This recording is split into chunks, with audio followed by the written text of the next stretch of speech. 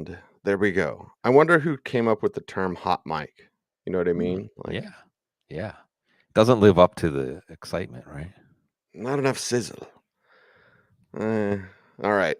Let's wake up with the Audible. Let's get this thing going. You got a team, here's a word to the wise. You want to dominate your league? Go to football, guys. Football, I'm living in a fantasy. Football, got everybody mad at me. Football, cause every game I had to win. Football, I gotta be a champion. Football, I'm living in a fantasy. It is part 2 of the Week 7 preview here on the Audible. Cecil, Lammey, and Sigmund Bloom, and we've got some really good games, Bloom. Maybe not this one. Okay, full disclosure, it's Pittsburgh, and it's the L.A. Rams. Our first game we're going to preview, so maybe not this one, but looking over the rest of these games, they look flipping fantastic. Like, off the chain, as the big fella would say. But let's talk Steelers and Rams, which means Steelers side first. Is Deontay Johnson back? I guess I'll have to check on that. And they say, I was talking to some people around the building that were like, this is going to really help the offense. And I said, well, I'll believe it when I see it. Love you guys. I'm going home. Anyway, Steelers side, let's talk about it. Rams side is more interesting, but Steelers is where we start. Right, because, well, Matt Canada. Right. Hey, I'll say this before we dive into this game. The winner of this game should start to entertain the possibility of this is another game. The winner should think of themselves as a potential playoff team, and the loser is going to have questions. The Steelers, it was the bye week. They got the offense stuff figured out, right? They used the bye week. It's going to be different. It's going to be better, right? Pre-snap motion shifts, more of that stuff, maybe. Well, probably not. Maybe you figure out Jaylen Warren. You figure out that Jaylen Warren is your best running back and should be more involved in the offense. Maybe there's a what the heck flex possibility there. Maybe Deontay Johnson is back. Maybe that helps Kenny Pickett. That gives him those layups. See, we talked about this, Adam Thielen, right?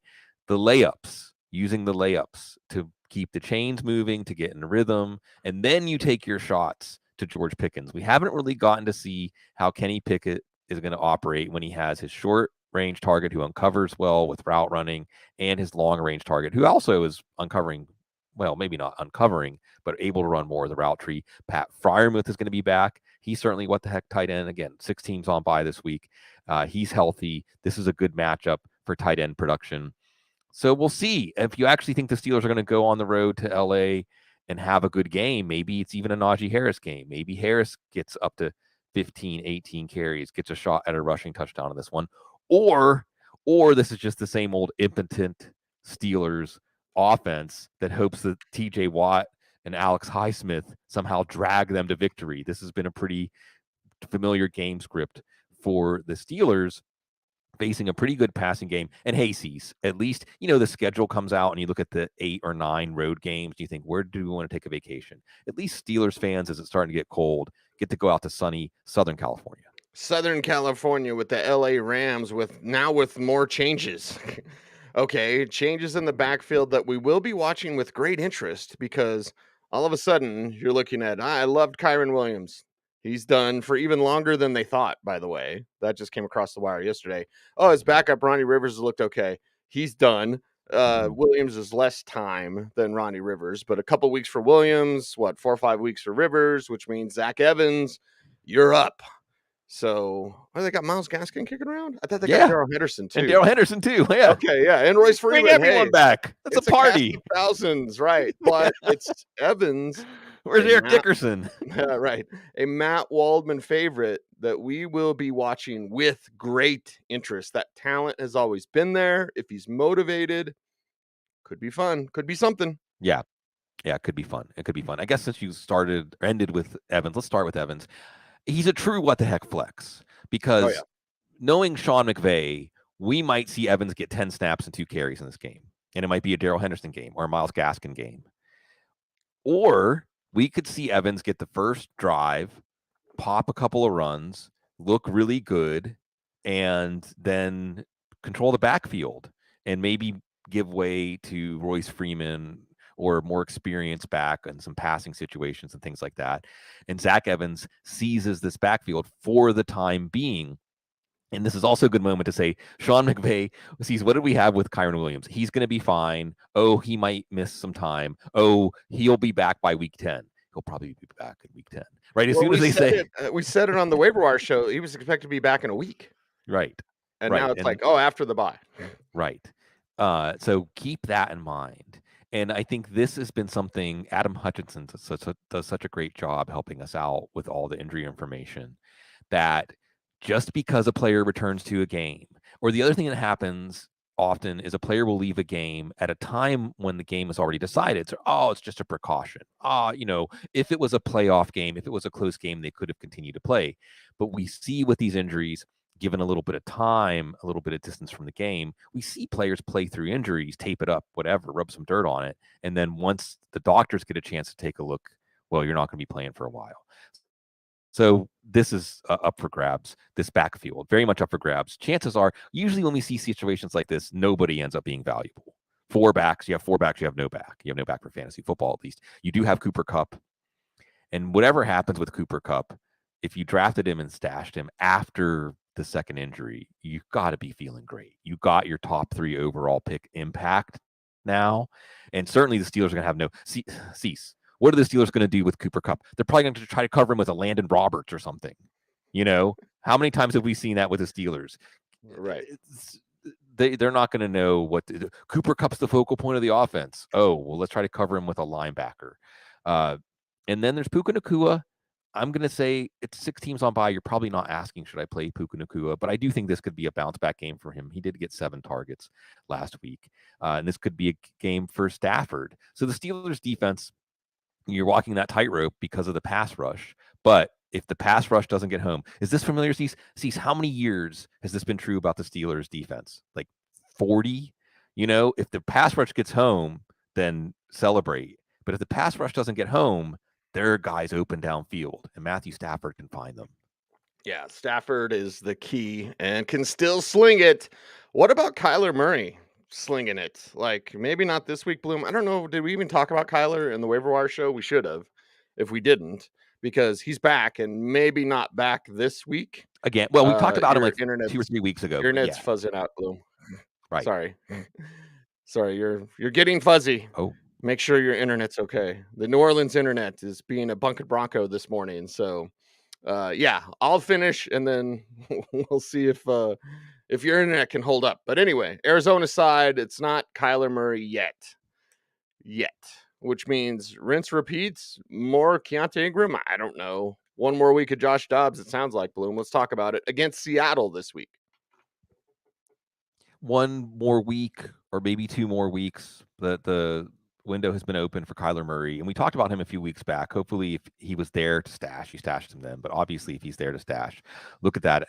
And I think this is a game where we may see some separation, where this division, again, Seattle wants to be a playoff team again.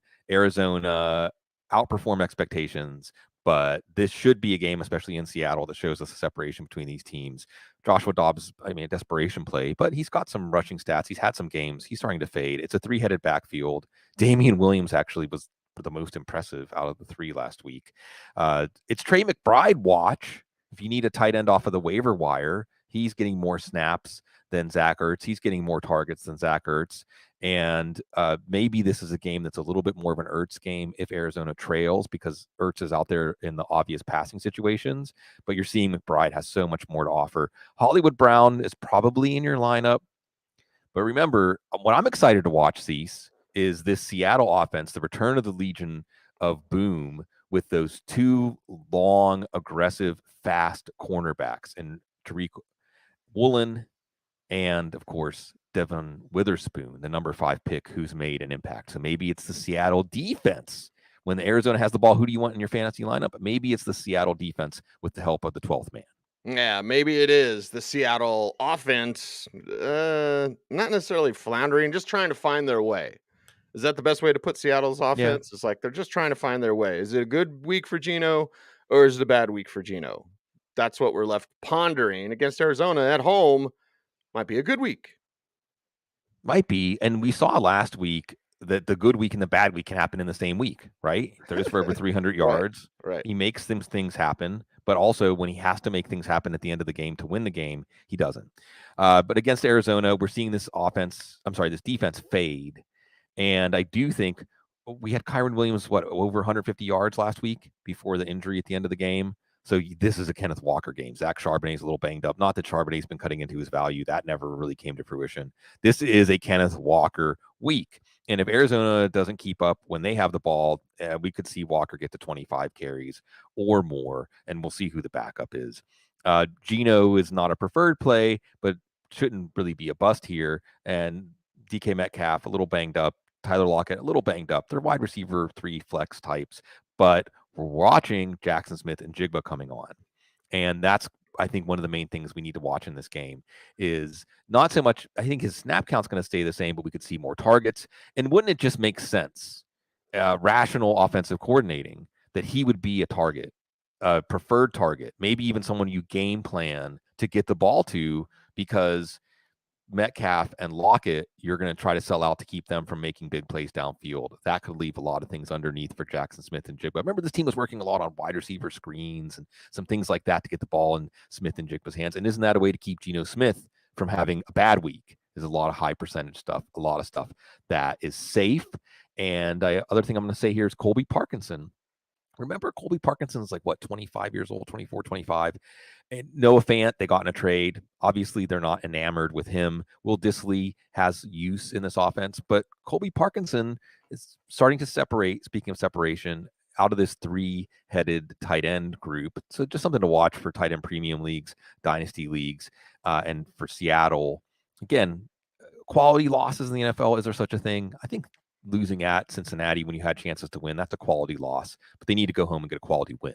Get a win, and Green Bay, if you're the Broncos, get a loss, because if you beat Green Bay, what the hell does it matter? You're just hurting your draft stock at this point. But it's Packers and Broncos. We're almost to the good games. Yeah, almost. I promise. Yeah. We're almost to the good games. Please, New Orleans Internet, hold up. But we got to talk Packers and Broncos. Aaron Jones is probably going to play.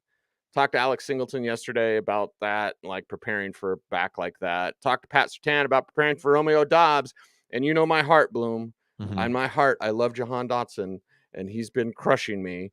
But I love Romeo Doubs, and he's been making plays against Pat Surtain. We'll see how much they can do that. Luke Musgrave, kind of what the heck flex tight end.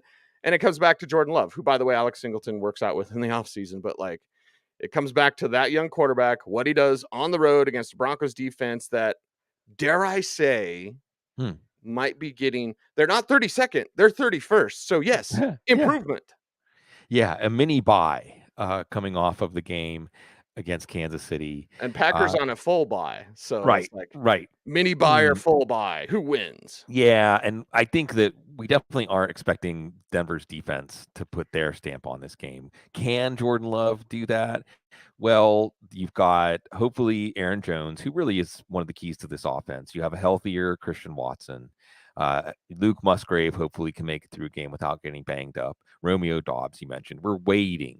And this would be a good game for the convergence of Jordan Love having all the weapons, all those young weapons, and Aaron Jones.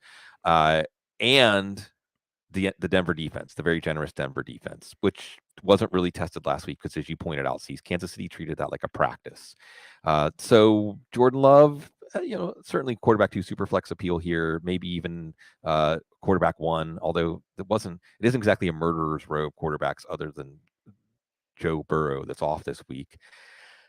So the other side of this, though, is it's Denver, right? I mean, Matt LaFleur is conservative. You can go even more conservative if you're playing. Look at what Kansas City did. They said, let's treat this as a practice. Let's try some of the stuff in the back of the playbook, the parts that coffee got spilled on. Let's see if that stuff actually works.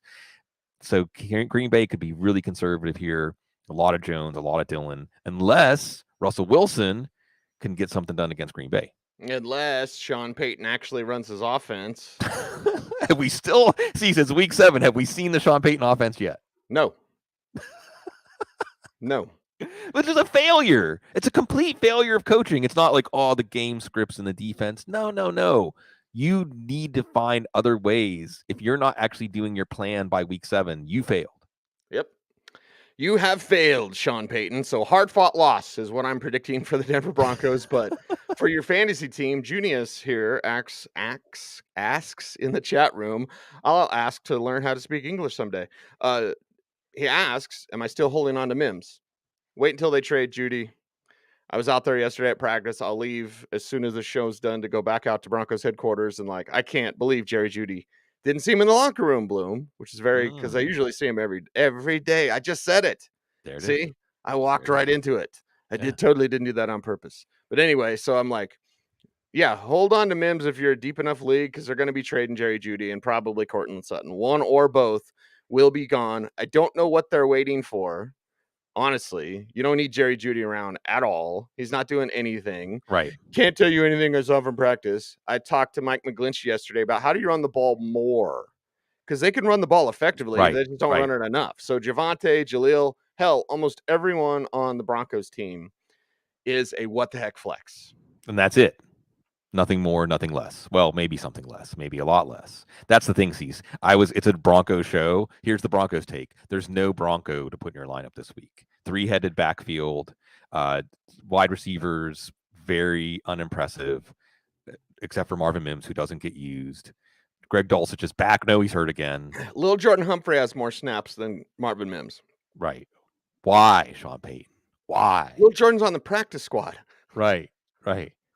And then Russell Wilson, a desperation play, I guess. But we saw this offense get so frustrated so easily by Kansas City. Green Bay's defense is good. Rashawn Gary, he's a player. Get to know that name if you don't know that name already.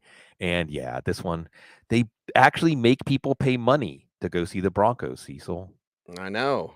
Odd thing happening in the Mile High City. Let's talk about Kansas City. They're having a party. It is time to really kind of showcase what they can do. Chargers and Chiefs up next. Week 7 preview part 2, the Audible footballguys.com. And the Chargers side is like, Austin Eckler, can you do a little bit more? We're not relying on Quentin Johnston for anything. We're watching to see if the tight ends can do a little bit more. And obviously you love Keenan. And they're, behind Keenan, we're still waiting. But Justin Herbert, everyone's going to be energized. And yeah, a little bit more production from Eckler. I would assume, very dangerous, Bloom, that's going to happen.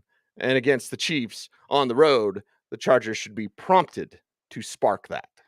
Yeah, it is, however, against a good Kansas City defense. This is an underperforming Chargers offense. Read an underperforming Justin Herbert. And was a tough matchup against Dallas, even without Trevon Diggs last week. But is this a game, because it's division, throw out the records, throw out the trends, that the Chargers could turn this into a shootout? Again, read Justin Herbert could turn this into a shootout. Maybe. But maybe it could be a very frustrating game. At least you have Austin Eckler knocking off the rust. Should be a bigger game for him, like you said. If this turns into a shootout, it could be a week winning game. And of course, Keenan Allen. And if there's anybody else, like you said, Cease, it's Joshua Palmer. It's not Quentin Johnston. Quentin Johnston is, well, Cease, it's like the game is played over in the deep end, and Quentin Johnston still has his floaties. He's still in the, Right. He's got the training wheels on. Yeah, so that's what's going to happen there. But the Chargers are going to charger. That's what I wrote in my notes. Chargers are going to charger, which means they're going to lose games they're supposed to win. But it also means they're going to look like a team that can contend. They're going to look like a team that can play with the power players in the AFC when they're at their best. Which one do we get this week? I have a feeling I know which Patrick Mahomes we're going to get this week. Yeah, Patrick Mahomes. Now with more McCole Hardman, who cuts into Kadarius Toney. If you had Kadarius Toney, I would just say, why? And then secondly, I would say, well, you're screwed even more now because Hardman's back to take Toney's spot. Everyone's like, oh, Rashee. Actually, it would only help Rashee Rice if you had someone that could produce in that gadget role like Hardman can produce in that gadget role. That only is going to help Rashee Rice. You're seeing the emergence of Rashee Rice, maybe even ahead of schedule. We're talking Quentin Johnston on the other side with the floaties on his arms. Rashee Rice is already doing high dive. Yes. Right? So you're seeing more of that. Backstroke, yeah. Exactly. Isaiah Pacheco, angriest runner in the league. Jerick McKinnon, okay, we know what they're going to do. Now that Hardman's back, I think it could just mean plenty of Kelsey, of course, but better things for Rice ahead. And it's already trending in a great direction. Yeah, it is. It is. And where is this going to be one of those things where every week, this is going to be the week? Justin Watson out. Rashee Rice's role doesn't really overlap with Watson, but neither does Mecole Hardman. That's a smart trade, by the way, swapping a 6th or a 7th to get somebody who knows the offense, right? Mecole Hardman was actually making an impact at times, not necessarily a fantasy impact, but he's an element that the Chiefs know how to use. So why not? That's the right out of the Bill Belichick playbook, right? Go ahead, sign him, give him some money. When you're tired of him, we know how to get something out of him and bring him on back. But the thing you said, Isaiah Pacheco, I don't know if we've really fully addressed this. We have tried to on the show. He's a cornerstone of this offense now. He is a rudder. He is a normalizing influence for this offense. And he's close to a running back one. And what's happening with Pacheco is one of these games, they're going to put up 42 points. He's going to have 2 or 3 touchdowns. He's going to have a week winning game. And you just love the energy that this guy plays with. And you love the energy this Kansas City team plays with. And while San Francisco and Philadelphia and Buffalo, they're all stubbing their toe against inferior opponents in week 6. What's Kansas City doing against Denver? Messing around. Straight A's. Yeah. So that shows you where Kansas City is compared to the rest of the teams that want to take their title. Yeah, and Robert says this in the chat room. I think we could flesh this out a little bit, Bloom, because he says the Chiefs just ain't right. Yeah. I will say last week they're just effing around. Sorry, Joe. Like they were just messing around. Like they were just like, hey, we're playing the JV. Let's try anything. Right. You know. Right. Which is it's the second time this year Denver's been humiliated by an opponent. It's the second time this year Denver has been we're not gonna have a football game, but maybe we can have an exhibition today. Yeah, and even if you completely remove the Dolphins game from the stat sheet whatsoever, the Broncos defense is still 31st in the league, not 32nd. So it's like, okay. So, and here's the thing about the Chiefs, not to turn this into a Chiefs show. Yeah. I don't know if we've ever said that. They're figuring it out and winning. Yeah. Yeah. You know, imagine by the time playoffs roll around and they've figured it out, and they've got Rashee Rice firing on all cylinders, which is what they need to do. Yeah. You know what I mean? And Jimmy's one of the best, man. He's like, did you just make Mecole Hardman a thing? You did it. That used to be a thing. And I was like, it's not a thing that you could produce with, but it's a thing that's better than Kadarius Toney because Kadarius Toney stinks. Anyway. Yeah. So, yeah. And now Kansas City hasn't looked right. Oh, they kind of stumbled. Oh, whatever. Not firing on all cylinders. You know what a team like the Chargers do? Make you fire on all cylinders. Sure. And see, just to really put a punctuation mark on this, you might look at the Chiefs and say, well, what's important about the Chiefs? It's important to get the quarterback pick right. It's important to be bold and to make the move for the quarterback. Remember, they traded up for the quarterback, but that's the point. 16 spots. That's the point. You go get the quarterback, not when you need the quarterback, but when your evaluation says, this is the guy. This is the guy. And this is where I think teams go wrong. If you don't wait, when the train's in the station, you get on the train. It doesn't matter if you're planning on taking a trip that day. They were fine with Alex Smith. Many, many organizations would say, we've got Alex Smith. We're fine. So I think that this is maybe the lesson. And we'll see. This could be something for Detroit to ponder in upcoming years, but it also could be Detroit is like San Francisco and the way their offense is set up. They don't need the quarterback to add value. But yeah, we'll be studying Kansas City. Officially a dynasty, Cecil, for a long time to come. Yes, they are, because they got more than one. Yeah. More than one. Dynasty, more than one. So yeah, dynasty. And observe it. And honestly, with Detroit, dude, they need to do it now. Well, Hendon Hooker could be that guy. I mean, Hendon Hooker can do some of the things that Jared Goff does as a passer, add athleticism, and kind of be Colin Kaepernick when he was on the way up in his career arc. And they need to see that if it's not like next year for Hendon Hooker. Why can't I speak today? Hendon Hooker, it's going to be huge next year because if you don't see it, you gotta. I'm of the opinion that you're always going. Yep. Draft a quarterback every year. Draft a quarterback every single year. Yep. Did he hit? Oh, we got Brock Purdy. Oh, we got somebody else. Like, no, just go. Keep drafting. Just keep drafting. Just keep talking. Miami and Philadelphia. That's why. There's the good game. Bloom. There it is. Super Bowl preview. Miami, Philadelphia. Let's make it happen. What does Mike McDaniel have drawn up for this one? Fantasy GMs want to know what's going on with the running backs. Okay, fine. You want to see more of Jalen Waddle? Yeah, cool. I just want to watch this game. Yeah. Are we going to be done? Oh wait, when do the Broncos play? We have to record during this game. We're not going to record during this game. Sorry. Is this the Sunday night game? Yes, it is the Sunday night game. Yeah, we ain't recording during this game. Sorry.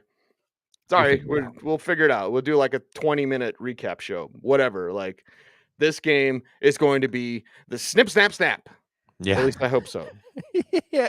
Well, if it's not, Cease, I think if it's not, it's because Mike McDaniel is going to show everybody that's the other team, right? That's the other team that's cool, calm, collected. Remember, we're going to get to see Kansas City. Are we going to see Kansas City, Miami on a Sunday morning, I think, in Frankfurt or something like that coming up?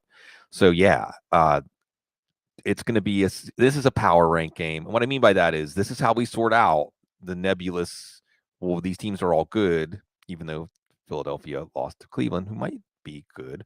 Let's sort this out. It's a ceiling game for Tua against the Philly secondary. We're going to watch and see if Jeff Wilson's activated. It is a Sunday night game. Probably not playing Jeff Wilson, but we're just tracking that backfield. Could it be a big game for Waddle? I think that this is a game where you're going to probably have a matchup to exploit with Jalen Waddle because Philadelphia is going to be concerned with Tyreek Hill, who's going to get his anyway. But I do think that looking at the trends coming into this game, Miami's offense, they were down 14-0 to Carolina, and they didn't even, I don't even know what the word would be, blink or sweat or whatever. I don't even think they cared. I don't even think they noticed that they were down 14-0. They just go out there and do their thing with Mike McDaniel. Philadelphia, on the other hand, comes out of last week losing to the Jets. And San Francisco lost to Cleveland. My brain's getting frazzled. But, the Jets, you lose to the Jets. And what did the Jets show, Cease? Jalen Hurts. And going into last week, you would have said, Jalen Hurts is one of the safest quarterbacks with the football. One thing you can count on with Jalen Hurts is he's not going to lose the game, or he's not going to go Desmond Ridder on us, right? But the Jets forced him into bad situations where I think it might have been Matt Waldman that was showing us this, illustrating it, that when Jalen Hurts hold on to the ball too long as a passer, bad things can happen. And I do think that Vic Fangio, I'm handing this back over to you because every day we want to talk about Vic Fangio. I'm really fascinated with what Vic Fangio can identify on tape to exploit against Philadelphia, and Cease, we might get Jalen Ramsey back this week. Here's the thing, Bloom. I'm curious to see what Mike McDaniel has for this game. And then I'm curious to see what he saves. Right. I don't think Miami can just totally mess with the Eagles. I am predicting a Miami win. Sorry to Jason Wood, who will be in attendance for this game. Who's going to miss this game? Right. I mean, people actually have to pay to go to the Broncos game. They're not giving tickets away yet. But Eagles, I can't even imagine the excitement in Philadelphia for this one. And especially the way Eagles fans are, and Eagles Sports Radio. I talked to some people that listen regularly to Eagles Sports Talk, and it's like, yeah, these fans are going nuts because of what happened last week. Now Miami's coming into town with Vic Fangio messing with you, to quote Pulp Fiction, that's pride messing with you. No, that on the back, that's not pride. Look behind you. It's this guy. He's messing with you. So what can Philly do now with more Julio Jones? Yeah. What? And Julio right at the same time that Devontae Smith is banged up. So let's watch that. I think it's maybe a hamstring. So let's watch that. It's A.J. Brown and probably a lot of Dallas Goedert. And DeAndre Swift has a lot of ways to provide value now, not just whenever Minnesota gets pushed around, not just when he scores touchdowns, but he's actually been involved. I want to say he has 18 catches over the last 3 weeks. He might have 9 catches in this game if Devontae Smith is not full speed. And again, remember, you've got Xavier Howard and maybe Jalen Ramsey. And that's the thing. Going into the offseason, it was like, well, Miami's offense, we know that's good, but they got Vic Fangio. They traded for Jalen Ramsey. We haven't even really got to see what that could do, what that could turn this team into. We may get to see this, and Jalen Hurts may get to see this. Deep what the heck flex, Alameda Zacchaeus with one Quez Watkins on injured reserve. So maybe, again, if Smith's banged up, if Miami, you put Xavier Howard on A.J. Brown, maybe it's Zacchaeus. Maybe it's just a miserable night for Jalen Hurts. Maybe this is a game where Jalen Hurts, they're talking about on Philadelphia Sports Talk Radio, and not in a good way. And they're talking about the Phillies. They're going crazy because of the Phillies, Cease. That team has the eye of the tiger right now. The Eagles, we'll see if they can find the eye of the tiger on Sunday night. Okay. I love talking to my man, James Palmer, every day. There, I just did it again. When he starts talking Phillies, I just listen. Okay, yeah, right on. It's like when you're at the dinner party and they're like talking about stuff you have no idea. Like anyone talk about baseball, I'm just like, yeah. Eye of the tiger, right. I'm gonna steal that. When I talk to James today, I'm gonna be like, yeah, Philly's got the eye of the tiger, man. What was it in Better Call Saul when he's faking with the security guys in the mall about being a sports fan? He's like, can't believe that. Like, he just had all these like generic sayings to keep the conversation going. Yeah, yeah. Man, they got the eye of the tiger. They're right on top of the world now, man. Right? What other cliches can we put in there? Right. They the gut. That's their gut check. They're passing their gut check. It's the Diamondbacks gut check. The Serpientes. I think that this is the Phillies' year, but the Astros might have something to say about that. So there you go. Just take that. Just say that, Cease. I think this is the Phillies' year, but the Astros might have something to say about that. Perfect. Stuck the landing. Okay. There you go. There you go. All right. Let's get into Monday Night Football. This one, I don't know what about this one. Like, okay, San Francisco 49ers and then the Minnesota Vikings. So what we could have gotten based on what we thought before the season, based on what we thought, I don't know, Bloom, a week ago. Yeah. And then based on what we're going to get now. Right. From San Francisco. So let's step through this one because fantasy GMs, especially Monday night, are definitely going to be pondering their 49ers players. Yeah, this is a rough spot to project because on one hand, Cleveland's defense is good, and certainly Kyle Shanahan's had some ups and downs, and this offense usually gets regulated. But Brock Purdy did not look good. This offense did not look good. Christian McCaffrey got banged up. Deebo Samuel got banged up. But what can Brian Flores, this is another defense that hasn't really started to make an impact yet, a defensive coordinator change that hasn't really started to bear fruit yet. But you got Donnell Hunter, you have Marcus Davenport's been banged up. I mean, theoretically, the Vikings could get pressure with their front four. And if Christian McCaffrey can't go, and if Deebo Samuel can't go, well, you are going to have more Brandon Ayuk. You're going to have more George Kittle. Juwan Jennings might play a larger role. And then you have the backfield. Minnesota's run defense isn't exactly a pushover. And if it's split between Jordan Mason and Elijah Mitchell, and look, I think Elijah Mitchell probably is the de facto starter, but I also think this is a dreaded sort of hot hand situation. And I don't know if Elijah Mitchell's 100% yet. And I don't know, even if he's 100% going into this game, if he's going to be 100% going out of this game. So I think if you have to play a San Francisco back, and it's Monday night, so we might not have clarity going into the Sunday kickoffs, who's going to be the starter. But I think that Mason's the best play. And of course, Tyrion Davis-Price could have something to say about this. And Christian McCaffrey might play anyway, right? So yeah. Developing situation. I do think to some extent Minnesota is going to be a breath of fresh air for the San Francisco offense because Cleveland really made it difficult on them. But again, Minnesota, this is the thing. Brian Flores loves his deceptive blitzes. Brian Flores loves to bring pressure from surprising spots at surprising times. That doesn't work against San Francisco. That's a bad idea against Brock Purdy. What were the stats? Wasn't there a game earlier this year where it was like 14-14 against the blitz or something like that? So yeah, this could be a game that San Francisco gets right. And for Minnesota, this is a game, as Paul Charchian and I talked about on the couch, Cease.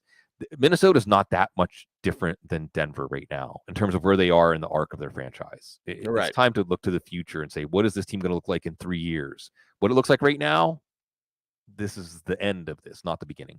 And who is going to be there when it turns around? Not Kirk Cousins. No. But he's going to play. And against the 49ers defense, this one's at home. A little home cooking, I guess. But how much time will Cousins even have to throw? And as excited as we once were about this contest, I think it might be ugly. Yeah. 49ers win, but an ugly 49ers win on Monday night. Yeah, it's certainly ugly for fantasy on the Minnesota side. And I asked Paul Charchi, and I said, was it just the game script that Minnesota was able to control the game without really pressing too much against Chicago's poor defense? Or is this just what the offense is going to look like without Justin Jefferson? And he said probably more the latter. So KJ Osborne, Jordan Addison, these guys are what the heck flexes this week against San Francisco's defense. Alexander Madison is a running back too, because you know he's going to get 15 to 20 touches, but it might be for 45 or 50 yards total. Maybe you get that receiving touchdown. Still no rushing touchdowns yet. TJ Hawkinson's going to get you the receptions, but he's been inconsistent and not giving you ceiling games. And then the other thing coming out of this game is how miserable is it for Kirk Cousins? Because Charch, who's always on top of everything Minnesota related, said when they asked Kirk Cousins about will he waive his no trade clause, there was a report that he won't, but they asked him about it, Cease, and he said, I'm just focusing on this week's game. And he said Atlanta. He said Atlanta's the place. He said he's the area. It's got connections there. It just makes sense. So it should be like fantasy football. He should get traded to Atlanta. Probably won't. Yeah, probably won't happen. I'll tell you what will happen. It's our ever popular what the heck flex. Yeah, that's right. You're looking over your lineups and you need some punch. You're just looking down and like, okay, who's it gonna be? Had a chat room question about AJ Dillon. Yeah, it's against the Broncos. And Aaron Jones just coming back a little bit banged on up. The flow chart. Is this a what the heck flex? Are they playing the Broncos? Yes. This is a what the heck flex. Yes. And Justice Hill, I think it was Justice Hill or AJ Dillon, but I was like, and again, I'm the anti-Ravens running back guy, so maybe I'm the wrong person to ask, but like, stop trying to make Justice Hill a thing, okay? Like the Baltimore backfield, it's almost like the Broncos backfield. Right. And Jaleel McLaughlin, who is a what the heck flex, but hell, Javonte Williams is almost a what the heck flex there as well. Salvin Ahmed floating around, right? Oh, where's he at? Yeah, he's probably what the heck flex levels there. So you got to keep an eye out for that. You talked about Jeff Wilson. Keyshawn Vaughn, we talked about in part one. Like, okay, maybe there's more coming there. What the heck flex levels as we go further to the wide receiver position. For me, Sky Moore still what the heck flex, the chip on that team. It's better than, let's say, like an Odell Beckham Jr. or what have you. Trey Palmer, I'm watching in Deep Dynasty just because of that speed. Like, see if there's more there. Khalif Raymond, my buddy, he's always a what the heck flex for me. Jackson Smith and Jigba, we talked about it. Like, watch that continuing to emerge there. Always love Rashid Shaheed as a what the heck flex. So, yeah, Bloom, wide receiver, you've got some more options. Running back, a few. But who are some of your week 7 what the heck flexes? And with 6 teams on bye, Cease, the what the heck flex net catches more. There's just, you might have to start. I just picked up Khalif Raymond to start him in one of my leagues. So if you're asking, do I play this player? Chances are the answer is yes, just out of necessity because the pool is smaller. But maybe these are some players we can make a case for as a what the heck flex. Latavius Murray. And wouldn't it just make sense for Buffalo to run the ball more this week against New England? Dante Foreman, Rashawn Johnson did not practice first practice of the week. He get another start against the Raiders.